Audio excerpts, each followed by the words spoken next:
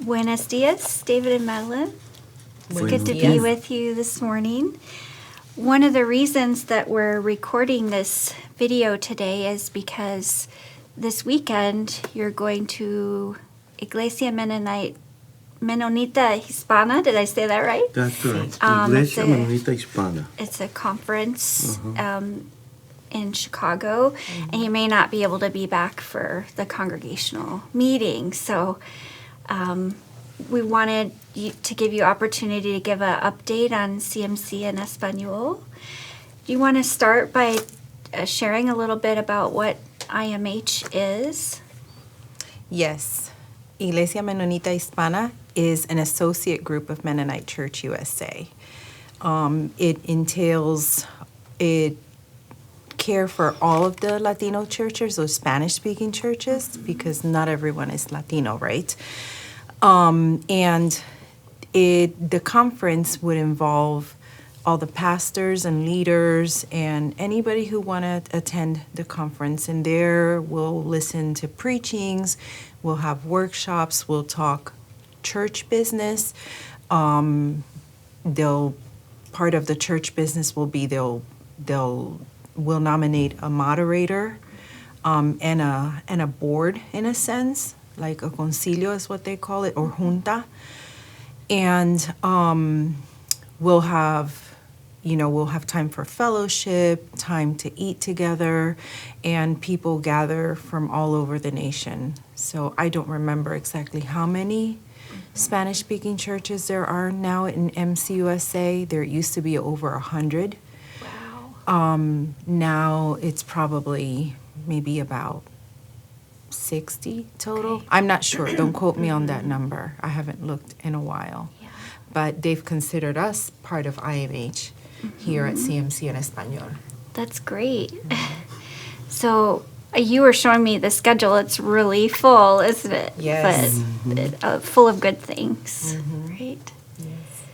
I'm glad you get to go and be with brothers and sisters and share experiences. And I'm wondering if you could share some with everyone about the Once Once service, the 11:11 worship service. I know that there are some shared experiences among the group, as well as people from different backgrounds, right? And different places coming together. Can you share what it's like to build community and work together with such a mix? Yeah. Well, I'd like to see if we could pinpoint the nationalities. Yeah, We because got. there's more than we would think, right? Yeah, I'll start with us: Puerto Rico, Mexico, Venezuela, Honduras, El Salvador. Colombia, El Salvador. Is that about it? I almost feel we're missing one or two. Yeah, Guatemala. Yeah, Guatemala. So that's 6. One thing that I like folks to keep in mind is that the Latin community or Hispanic community are very diverse. Right. Oftentimes, I think we get lumped as one people group. Because But- you speak Spanish, right? And even our Spanish is a challenge. Different. Yeah, different words mean different things. So, for example, I think I shared this with the pastors. When I get ready to do a preaching or teaching, I try to incorporate these different countries into my presentation. It's not just like speaking English. Yeah. I think that's more Level. level.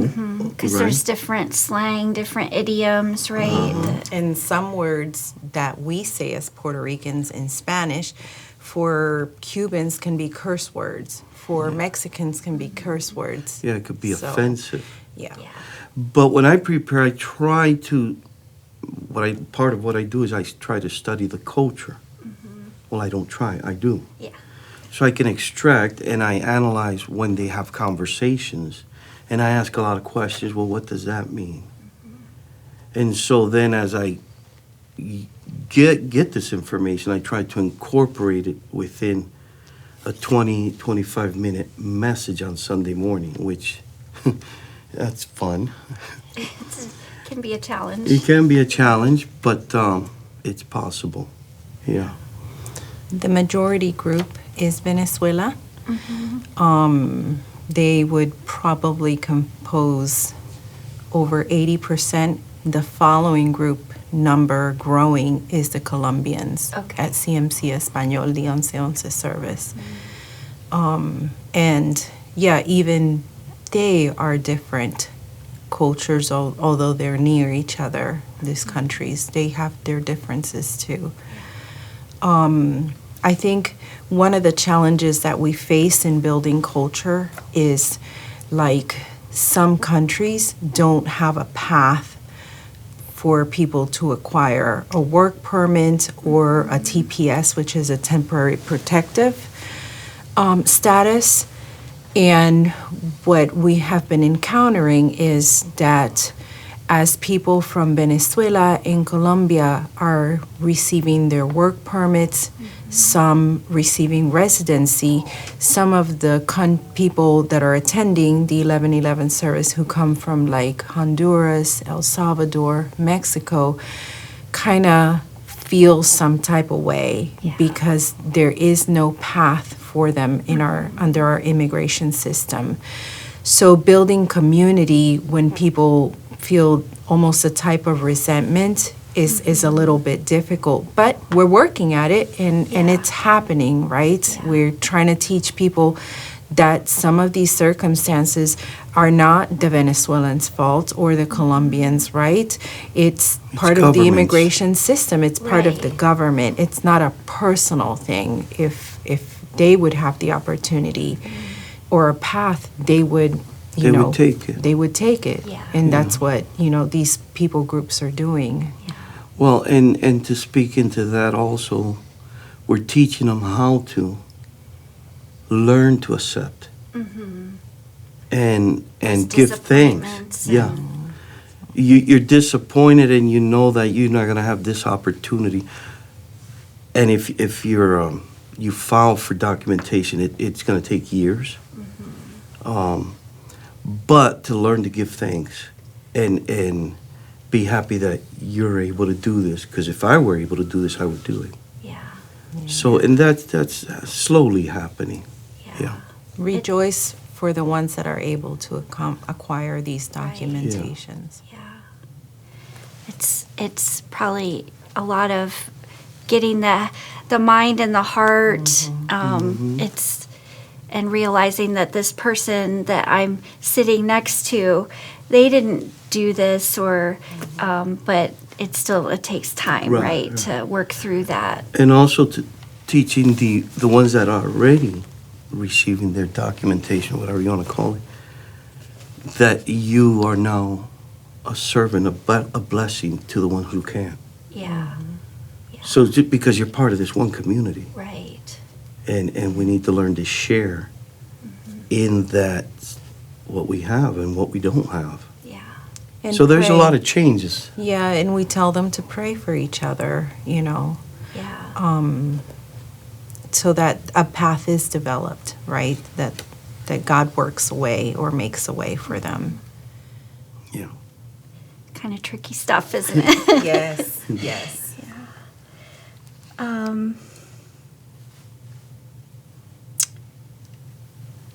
Well, we've talked a little bit about building relationships within the 1111 group. And then there's another layer, right, of building connections with the broader congregation and the whole of CMC, right? What has that dynamic been like, and some challenges and maybe some joys in that? Yeah, some of the challenges with that is, first of all and foremost, is the language, right? Yeah. So people in the 1111 service, for the most part, speak only Spanish. Some are learning, and in the 9:30 service, for the most part, most people speak English, and some speak some Spanish, and some speak very little Spanish. There are relationships building. It's happening, and it's happening organically. I think, when we have the boutique happening, people taking furniture to other people's homes, there are connections happening there, and relationships building. Like Juan Carlos and Brigi have really connected very well with June Alleman Yoder. And June every once in a while tells me about, how Brigi made food, and they got food from her. Eileen Becker Hoover, I went over to Wilmari's house, and Eileen was there. So she's been going to Wilmari's house and teaching English to Wilmari and Marlene. So there's relationships that are happening. Justin Gillette has been relating very well with Alfonso and Gabriela, and he was taking Gabriela to all of her appointments during her pregnancy. Right. So, and Justin doesn't speak English, but they're working through translation apps. Yeah. The gift of technology. Right. That really, really helps. Mm-hmm. I find that sometimes there's just we have to muster up some courage, right? Yeah. And just take a little a little step and just toward one another and across those language barriers, and just I think we find that we can both appreciate that when we're just taking those steps. And sometimes I hear the translation wasn't perfect, and when if it's somebody speaking English and does the translation and the Spanish person hears it or reads it, Yeah. they kind of giggle, and then they Right. know, something didn't translate very well. Yes. And you have those moments, and Yeah. it's part of, the relating to each other. can laugh and together. And the laughter, kind of breaks some boundaries and creates ease. Yeah. I see these connections happening too, and it's wonderful to see. And I think we just have to keep telling the stories of those relationships building. Yes. Yeah. I've been excited to see CMC trying new things with the second service, and I know that the music between the 9:30 service and the 11:11 service is quite different. Can you say a bit about some of the things we've talked about in pastoral team about heart songs and the importance of being able to sing and worship in your first language, and what that means and how important that is? Well, I think that we should step back and think if the people from the 9:30 service were born in Central America or Latin America, and they were part of the 11th service, to their ears, the music from the 9:30 would be considered strange Right. or different. Yeah. So I think that's huge, and we as humans, we have to call it what it is. We have to acknowledge that, and the place we were born, the family we're born into, or where we were raised, really has a lot to do with who we are today. Right. So I guess the Latinos could say the same about the 9:30. Why is that so strange? Right. Which some have told us. Yeah. And both are beautiful expressions Of of the faith. our faith. Yes. And And- it's learning to respect. Right. And I think that's why Jesus said, if you do it in spirit and truth. I don't think Jesus is so much paying attention to what instruments are being used or the volume Sure. of the music. I think what the Lord is looking at is whatever service you're involved in, what's the condition of your soul? He said it's spirit and truth.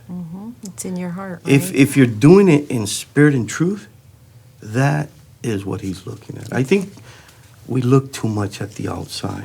And it's an expression of the heart, right? Yeah. So if we ask people from the Once Once service to sing the songs that they sing in the 9:30 service, some have been translated, but I think many of those songs were written for a time where that music spoke to that group of persons, right? Yeah. And many of the 9:30 persons have grown up with these songs. So that's part of your culture, in a Right. sense. They're ingrained in your spirit, too. Most of the people that are coming into the Once Once service, they've never gone to church. Some have visited or were baptized into the Catholic Church, but then as they grew up or their family went to church once or twice a year, and the music is just not the same, and the words don't speak to them. First of all, they don't even understand, so if you ask a person, sing these songs, but they're in English, they don't understand what they're singing. Yeah. Or the theology Or behind the it. theology behind Makes it. no sense to them. Yeah. So there's this layer of being new here to maybe the U.S., maybe Goshen, and new to coming to church regularly, Yes. new to theological language. So there's a lot going on. A lot of newness. Yeah, yeah. Can you say a little bit about this? I've heard it talked about that the music is sometimes it's a covering for prayer.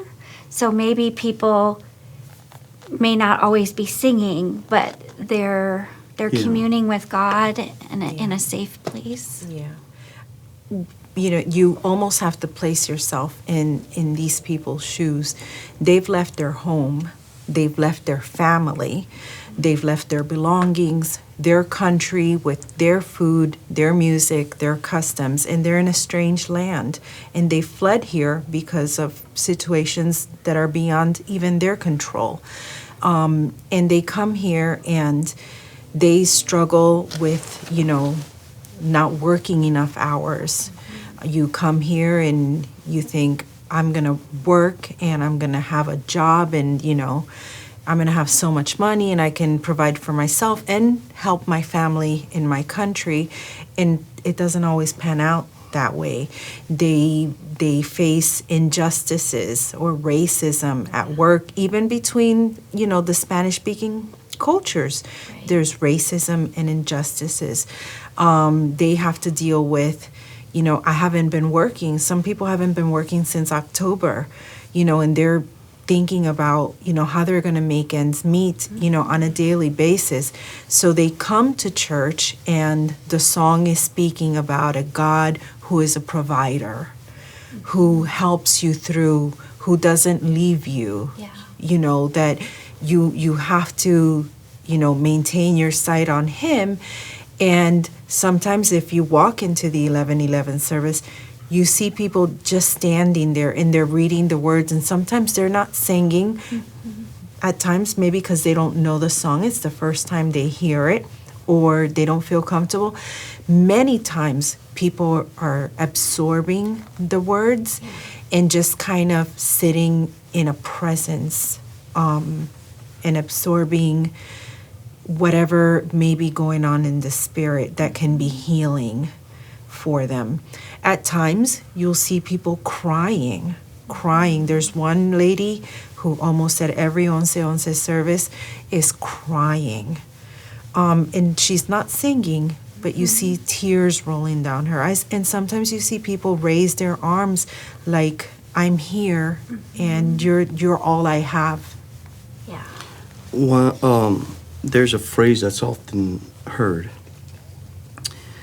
América es la tierra de la pesadilla. America is the land of nightmares. So oftentimes the natural born person in the U.S. believes that immigrants are coming here and everything's going to get better. That's not always the case. And that's why among Hispanics there's that phrase, la tierra de la pesadilla. It's a nightmare. It sometimes gets worse before it gets any better. It's better. Actually, when I was in Arizona, I shared that after going through that whole learning tour for the southern border, I had to share the last day we were together as a team. And I said, and I believe this, that the easiest part of the journey for the immigrant was their immigrant journey. When they actually get to the United States is when the hard thing really starts. Yeah. And it's because of everything Madeline said. You have immigration, economics, language, food, culture, loneliness, depression, a slew of emotions constantly bombarding the soul and the mind. So what we try to provide is an hour of true refuge. They don't need to sing. There's no need for singing. Yeah. Sitting in God's presence does a lot. Yeah.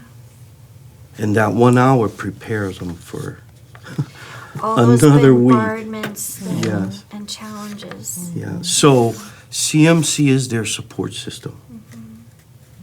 That's it. Thanks be to God that Thanks we be can to God, do this that's right. together. And Amen. That's right. This is their community. That's it. I've heard you talk before, David, about, we were talking at the board pastor retreat about the taking the pulse process before we started it. And you talked about when people come here to the U.S., that it takes maybe 5, 6, 7 years before people feel established enough to really invest in the church, wherever that is, whether Yeah. that's here or somewhere else, to feel like they can step into leadership or this role or that role. Can you talk a little bit about Yes. that? I mean, you've touched on it already, but I noticed a pattern in Florida when I would ask the guys, how long you plan to be in the States? They would all say 5 years. And one day I asked one of the guys, I forgot his name now. Max Riva. Max, why does everybody say 5 years? He's like, the first year we pay back the coyote, the person who brought him. One of the ways this happens is that somebody where they live lends money. The interest rate soars between 18 to 30%. It's so that's why, and the way it works is that they take a piece of their land, and the land becomes collateral. They borrow from this person, and that deed, the title, that person holds it. If they don't pay it, they keep the land. But the interest is between 18 to 30%. So the first thing they do is they want to pay the loan off. All right? The second year, they help a brother or sister get through school or sometimes college. They'll help, right? All that money. That's why oftentimes they live in Together. Together. A lot of them live together. yeah. Those are the things we don't see as Americans. They're very supportive of their families, very supportive. The third year they buy land or Build a house. no, cosecha, They plant. they plant on their land to start harvesting, to build a business. Okay. Then the fourth year, they start building their house.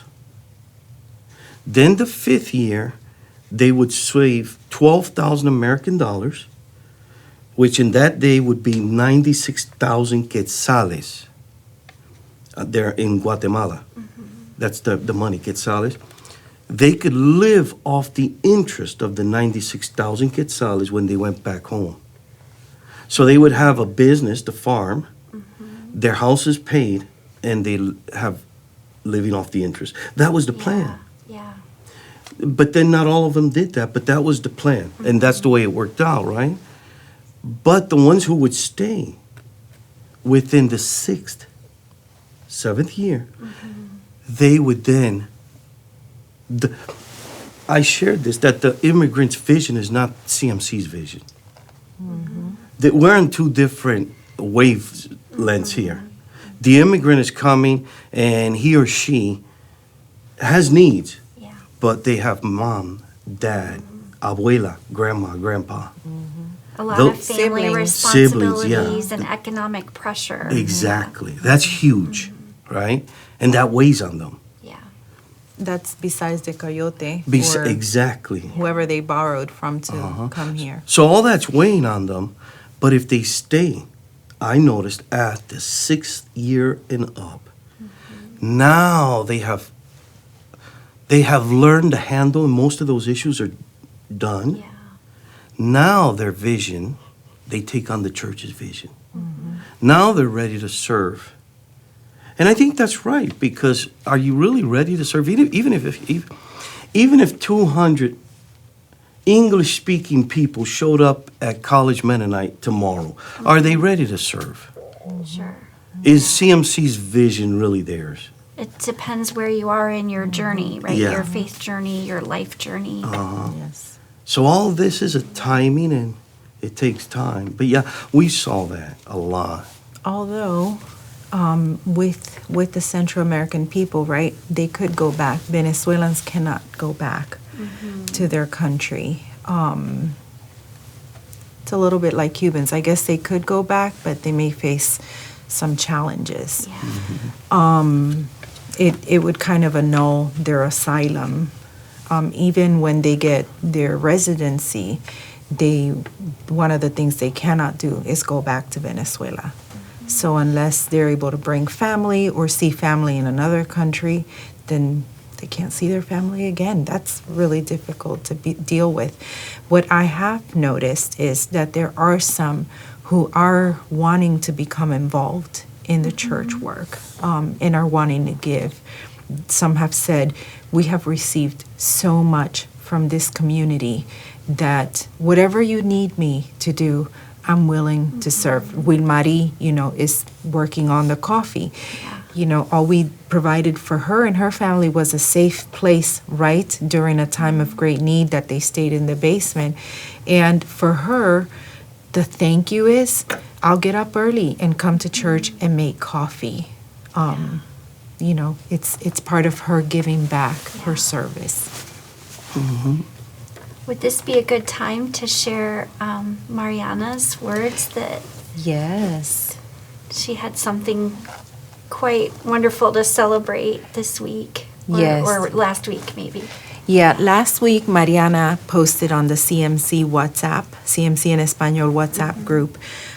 She wrote a long paragraph, and this is what it said. Exactly 1 year ago, many people from the CMC community came to bring a lot of furniture and things that my family needed.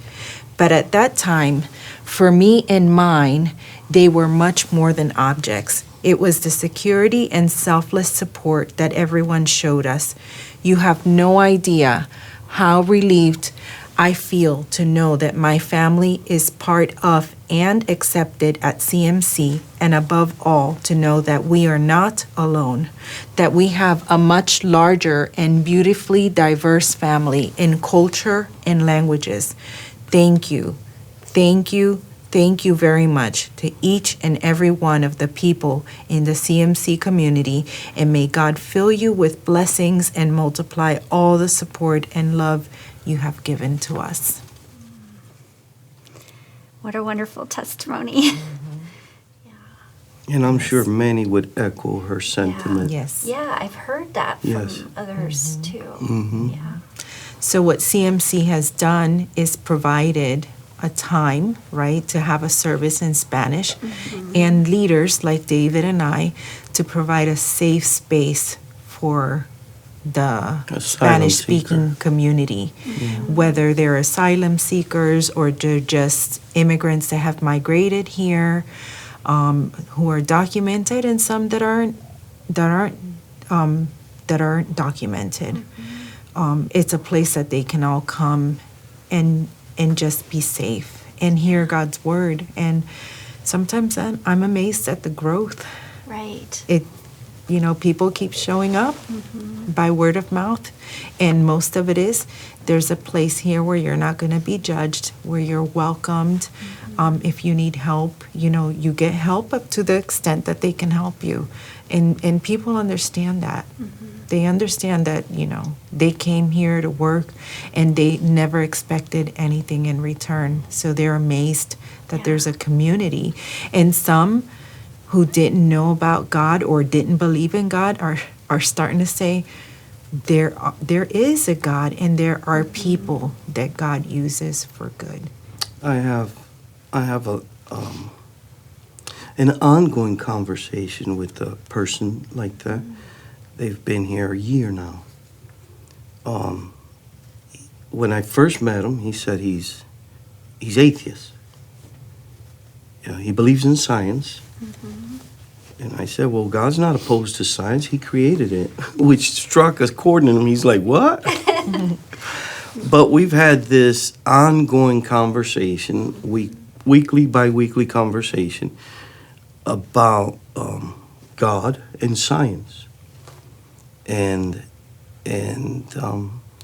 he asked me a question a week ago, which when I get back from Guatemala, we're going to sit down again and we're going to have that conversation. So, and he comes just about every Sunday.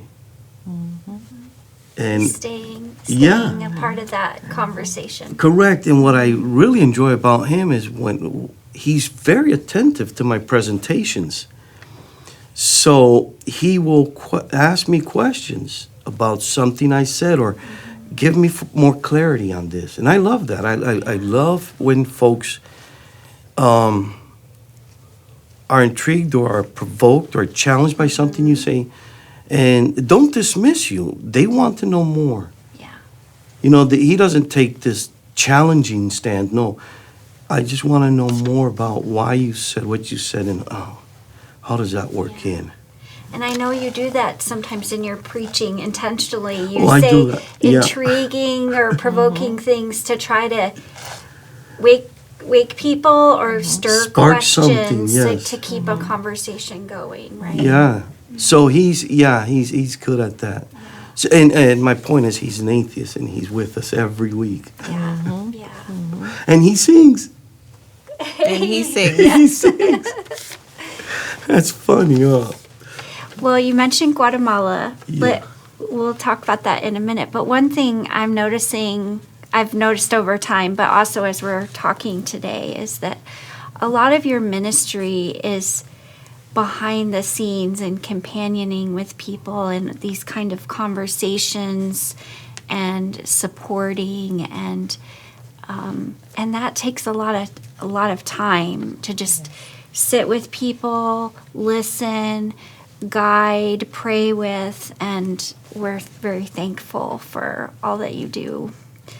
Thank you. You're going to be going to Guatemala here in about a week. The 10th? Yeah. May 10th. A week exactly. We Yeah. Wednesday. Oh, that's right. Next Yeah. Wednesday, yes. Can you say a little bit about what you'll be doing there, who's going with you, those kinds of things? Sure. The Hartman family's joining us. Yep. Right. Tina and Adam and the Tina, boys. Adam, and the boys. I asked Adam Sunday, so are you getting excited? He's like, oh my God, it's really becoming a reality. Yeah, so, and we're excited too to be able that they're joining us. And they come regularly to the Once service. Yeah. Yes. But that we're going to be able to get to know them better now. Yeah. Right? Maddie and I are huge on getting to know folks. I think God is a God of relationships. and we strongly hold to that. But anyways, we will be flying into Guatemala City. We'll stay there, I think, one day. One night, yeah. Just to rest, because it's a long haul. We're flying out of Chicago. I forgot where we have a And- layover, but it's kind of an all-day thing. Yeah. We start out really early in the morning and we get there late afternoon. So it'll be a good rest.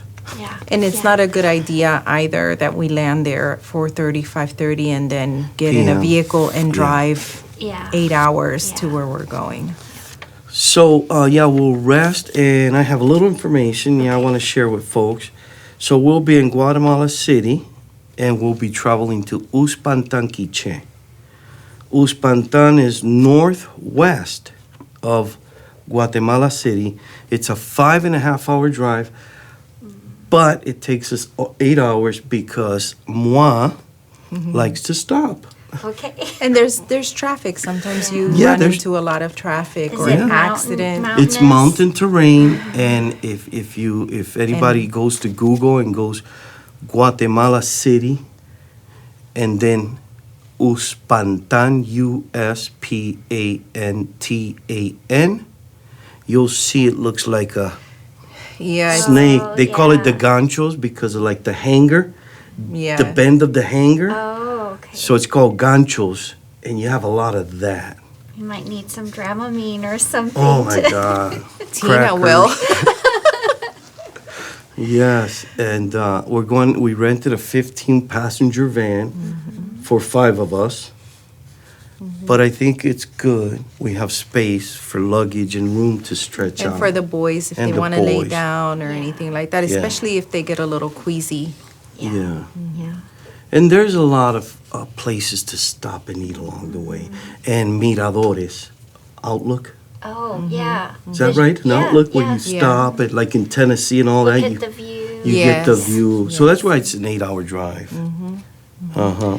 Yeah, well, the last time it was an 8-hour drive because remember the mountain, the side of the mountain collapsed Oh, and yeah, took down yeah. the bridge. Yeah, So they that Like built a rock something temporary. slide Yeah. or- Yeah, hopefully we won't get that. It's 6,562 feet elevation where we're going. Okay. It's a 42,000 population, so it's not a big city. But it's kind of about the size of Goshen. That's what I was Yeah. about to say. Yeah. It's Yeah. about- Yeah. yeah. It will be visiting Juan de Jesus Toch. He was a part of our leadership team in Fort Myers. Okay. Y Sebastian también. Sebastian owns The hardware store. a large hardware store there.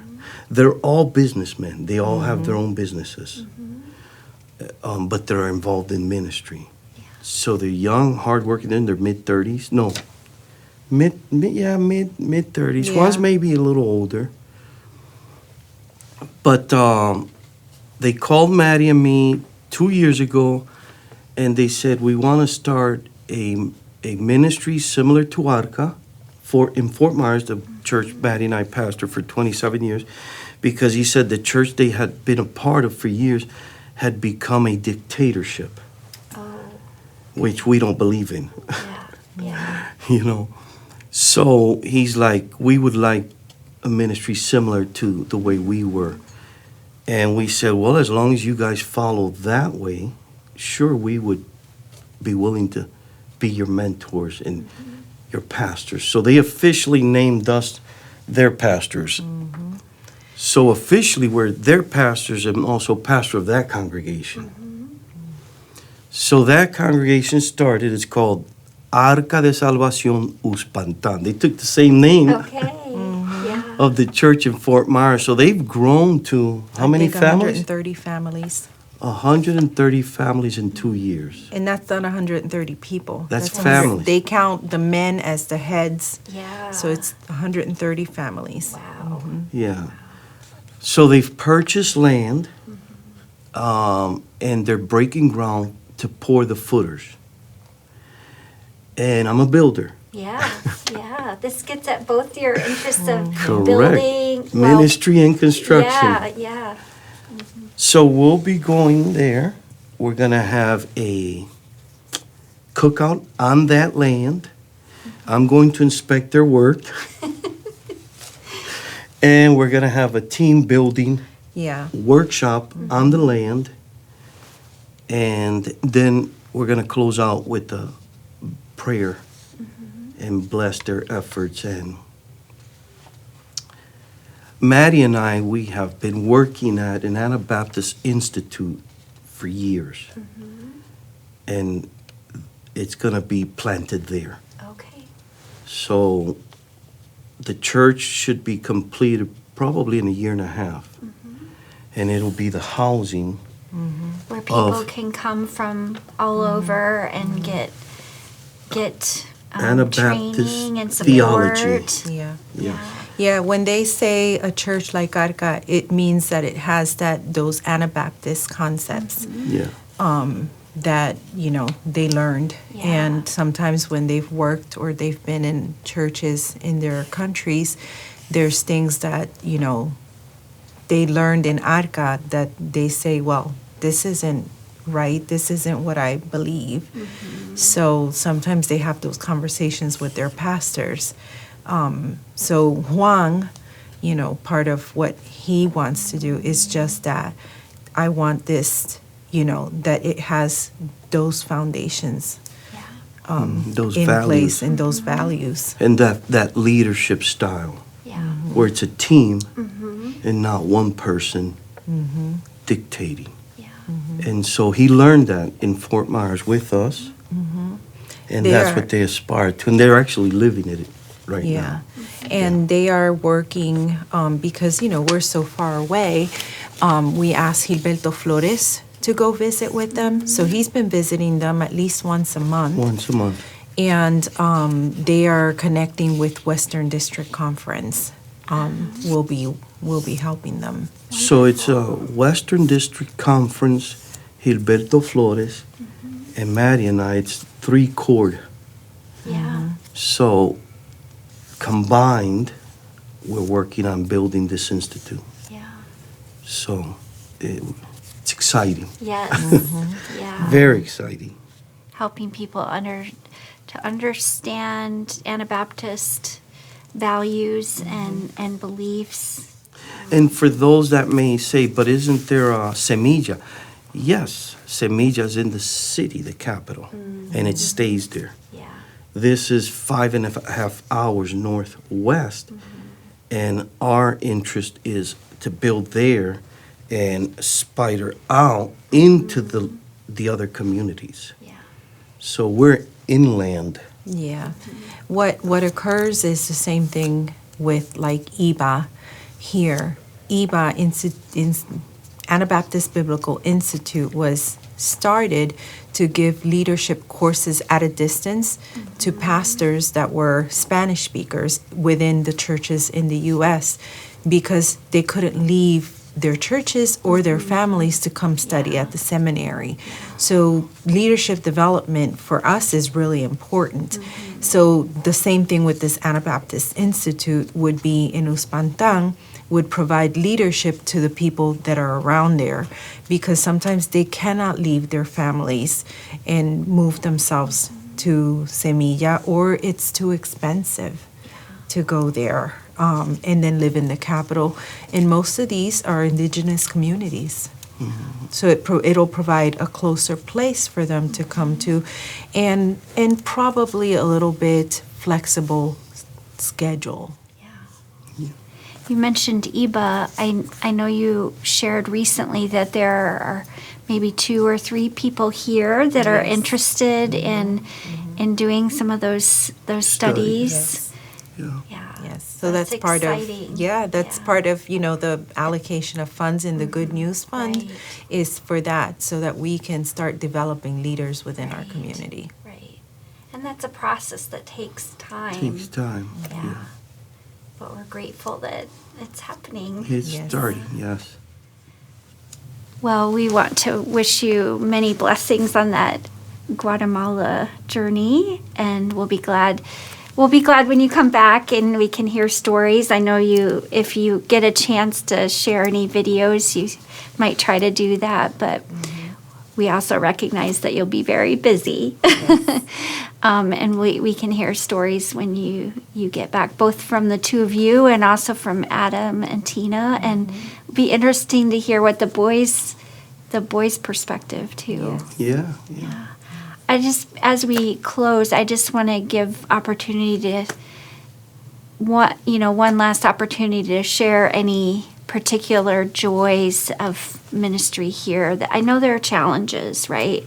We've talked about some of that, but some joys that you've experienced or things you're looking forward to. Well, I guess right up front, la que dio a luz. Oh, Gabriela had her baby Yes. a few weeks Yes. ago. So that's one joy. They are so happy with their baby, Gabriela and Alfonso, and Andrea Paola. She's the big sister now. I guess the other joy is that, wow, like we prayed for them, like about 8, 9 people. This Sunday have received their work permits. Oh, that's So that opens doors that, just Yeah. it's a different, they can get their driver's license, they can apply for jobs where they don't Well, have to work like slaves. Like someone told me, I feel relief. Yeah. Yeah. And I would say, keep in mind prayer for the folks that are they're working Illinois, Maine, Maine, Colorado, and non-Colorado. and Mississippi. I it's like- think Clay and Marco said they told them Mississippi. So there's like between 15 folks, I think, More. to 20 folks, CMCers, Yeah.